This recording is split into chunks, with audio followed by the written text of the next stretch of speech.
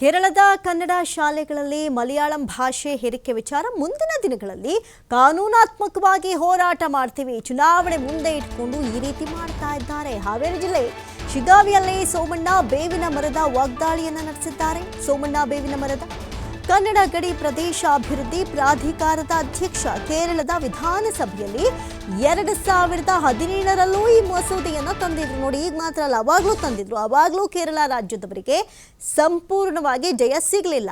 ಮಲಯಾಳಂ ಕಡ್ಡಾಯಗೊಳಿಸುವಂತಹ ವಿಚಾರ ಕನ್ನಡಿಗರಿಗೆ ತದ್ವಿರುದ್ಧವಾಗಿದೆ. ಕೇರಳ ರಾಜ್ಯಪಾಲರು ನಮ್ಮ ಜೊತೆ ಸೌಜನ್ಯಯುತವಾಗಿ ಮಾತನಾಡಿದ್ದಾರೆ. ಅಲ್ಲಿನ ಕನ್ನಡಿಗರು ಸಂಪೂರ್ಣವಾಗಿ ವಿರೋಧ ಮಾಡಿದ್ದಾರೆ. ಮುಂದಿನ ದಿನಗಳಲ್ಲಿ ಈ ವಿಚಾರಕ್ಕೆ ಸಂಬಂಧಪಟ್ಟಂತೆ ಕಾನೂನಾತ್ಮಕವಾಗಿ ಹೋರಾಟ ಮಾಡ್ತೀನಿ. ನಾಳೆ ಮುಖ್ಯಮಂತ್ರಿಯವರು ಮಂಗಳೂರಿಗೆ ಭೇಟಿ ನೀಡ್ತಿದ್ದಾರೆ. ನಾನು ಸಹ ನಾಳೆ ಮಂಗಳೂರಲ್ಲಿ ಭೇಟಿ ಮಾಡಿ ಈ ವಿಚಾರದ ಕುರಿತು ಚರ್ಚೆ ಮಾಡ್ತೀನಿ. ಹಾವೇರಿ ಜಿಲ್ಲೆ ಶಿಗ್ಗಾವಿಯಲ್ಲಿ ಸೋಮಣ್ಣ ಬೇವಿನ ಮರದ ಈ ವಿಚಾರಕ್ಕೆ ಸಂಬಂಧಪಟ್ಟಂತೆ ಮಾತನಾಡಿದ್ದಾರೆ.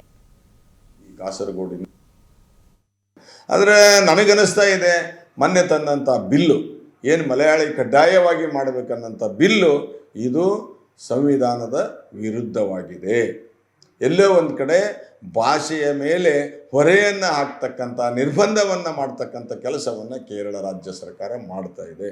ನನಗೆ 100ಕ್ಕೆ 100ರಷ್ಟು ವಿಶ್ವಾಸ ಇದೆ. ಎಲ್ಲೋ ಒಂದು ಕಡೆ ಇದನ್ನು ಮಾನ್ಯ ರಾಜ್ಯಪಾಲರು, ಕೇರಳದ ರಾಜ್ಯಪಾಲರು ಒಪ್ಪೋದಿಲ್ಲ ಅನ್ನೋಂಥ ವಿಶ್ವಾಸವೂ ನನಗದೆ.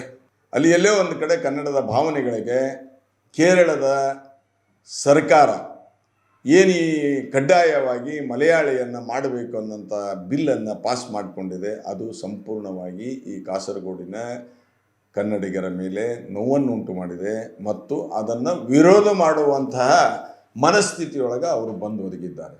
ಆ ನಿಟ್ಟಿನಲ್ಲಿ ಈಗಾಗಲೇ ಇದರ ಪೂರ್ವಭಾವಿಯಾಗಿ ಅಲ್ಲಿಯ ಕಾಸರಗೋಡಿನ ಕನ್ನಡ ಪರ ಸಂಘಟನೆಗಳು, ಸಾಹಿತಿಗಳು, ಪ್ರತಿಷ್ಠಿತ ವ್ಯಕ್ತಿಗಳು, ಅಲ್ಲಿರ್ತಕ್ಕಂಥ ಕನ್ನಡ ಸಾಹಿತ್ಯ ಪರಿಷತ್ ಇರ್ಬೋದು, ಕನ್ನಡ ಸಾಹಿತ್ಯ ಪರಿಷತ್ ಇರ್ಬೋದು, ಇನ್ನು ಹಲವಾರು ಸಂಘಟನೆಗಳನ್ನು ಕರೆದುಕೊಂಡು ನಾನು ಮಾನ್ಯ ಮುಖ್ಯಮಂತ್ರಿಗಳಿಗೆ ಒಂದು ನಿಯೋಗವನ್ನು ತೆಗೆದುಕೊಂಡು ತ್ರಿವೇಂದ್ರಮದಲ್ಲಿ ವಿಧಾನಸಭೆಯಲ್ಲಿ ಭೇಟಿಯಾಗಿ ಬಂದಿದ್ವಿ. ಅವ್ರ ಚೇಂಬರ್ನಲ್ಲಿ ಅವತ್ತ ಕಾಸರಗೋಡಿನ ಶಾಸಕರು ಇದ್ದರು.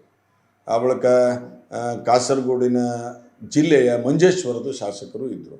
ನಮ್ಮ ಗಡಿ ಅಭಿವೃದ್ಧಿ ಪ್ರಾಧಿಕಾರದ ಸದಸ್ಯರು ಇದ್ದರು. ನಾವೆಲ್ಲರೂ ಕೂಡಿದಾಗ ಸೌಜನ್ಯಯುತವಾದಂಥ ಒಂದು 5-6 ಬೇಡಿಕೆಗಳನ್ನು ನಾವು ಕೊಟ್ಟಾಗ ಅವರು ಒಪ್ಪಿ ಸಕಾರಾತ್ಮಕವಾಗಿ ಸ್ಪಂದಿಸಿದ್ದರು.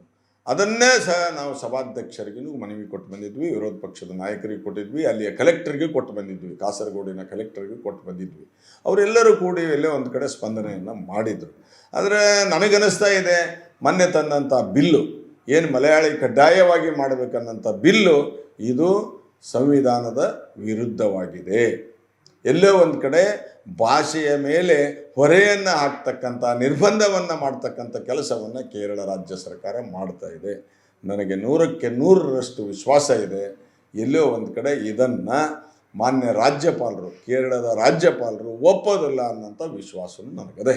ಅಲ್ಲಿ ಎಲ್ಲೋ ಒಂದು ಕಡೆ ಕನ್ನಡದ ಭಾವನೆಗಳಿಗೆ ಕೇರಳದ ಸರ್ಕಾರ ಏನು ಈ ಕಡ್ಡಾಯವಾಗಿ ಮಲಯಾಳಿಯನ್ನು ಮಾಡಬೇಕು ಅನ್ನೋಂಥ ಬಿಲ್ಲನ್ನು ಪಾಸ್ ಮಾಡಿಕೊಂಡಿದೆ. ಅದು ಸಂಪೂರ್ಣವಾಗಿ ಈ ಕಾಸರಗೋಡಿನ ಕನ್ನಡಿಗರ ಮೇಲೆ ನೋವನ್ನುಂಟು ಮಾಡಿದೆ ಮತ್ತು ಅದನ್ನು ವಿರೋಧ ಮಾಡುವಂತಹ ಮನಸ್ಥಿತಿ